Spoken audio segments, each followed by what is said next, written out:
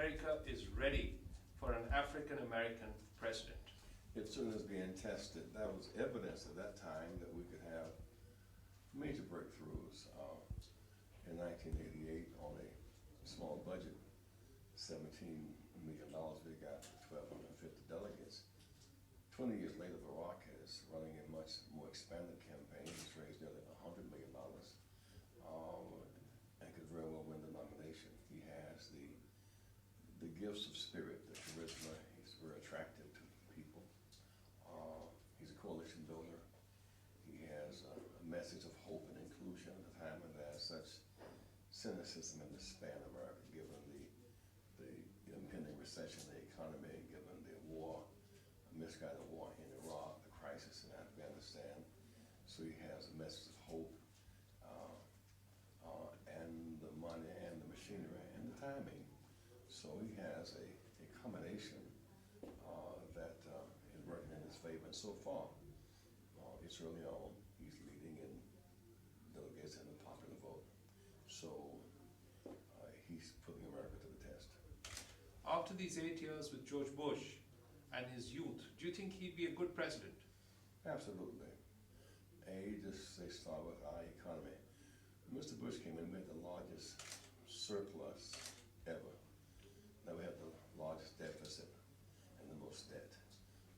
Under Mr. Bush, jobs are leaving and investments leaving, and drugs and guns are coming. And the city's taxed up, services down, first-class jails and second-class schools just everywhere.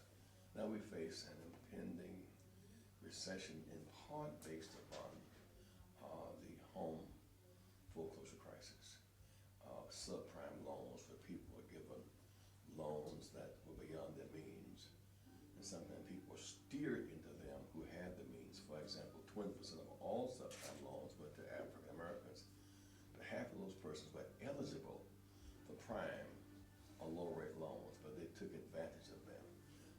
And so it's 55% African American, 47% Latino, 18% white had subprime loans. I'm convinced that the lack of enforcing the fair lending practices targeted at ethnic minorities open up a hole in the hull of the ship. Now the water's coming in, it's rising. So now we see at the level on the deck, it's the banks on Wall Street, it's Merrill Lynch, it's Citigroup, it's the big rock in London, it's banks in India. The whole world is feeling now a global economic recession driven by the home foreclosure crisis, driven by exploiting people of color. I'm convinced unenforced civil rights law is the basis of this economic recession. Hillary Clinton is a close competitor to Barack Obama, and there have been questions about race, and the battle has got very, very wicked and rough. What do you feel? Is this going to be good for the Democrats or really bad? Well, they must both back away from the edges.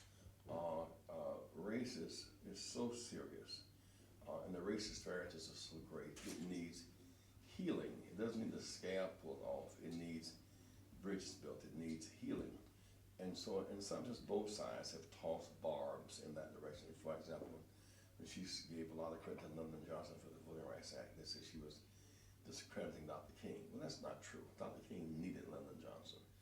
If Goldwater had won in 1964, we would not have had the Voting Rights Act in 1965. Dr. King campaigned for Lyndon Johnson. Lyndon Johnson signed the Voting Rights Act. Dr. King was at his side. And so that was one of those attempts to say that she's not appreciating Dr. King. Well, they should both appreciate King and Johnson as a team.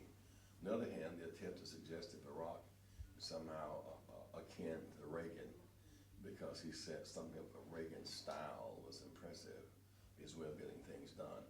Barack is not a Reagan. He is a very progressive, enlightened, and civil-minded political leader. And so they should get away from those issues to things as basic as 51 million Americans have no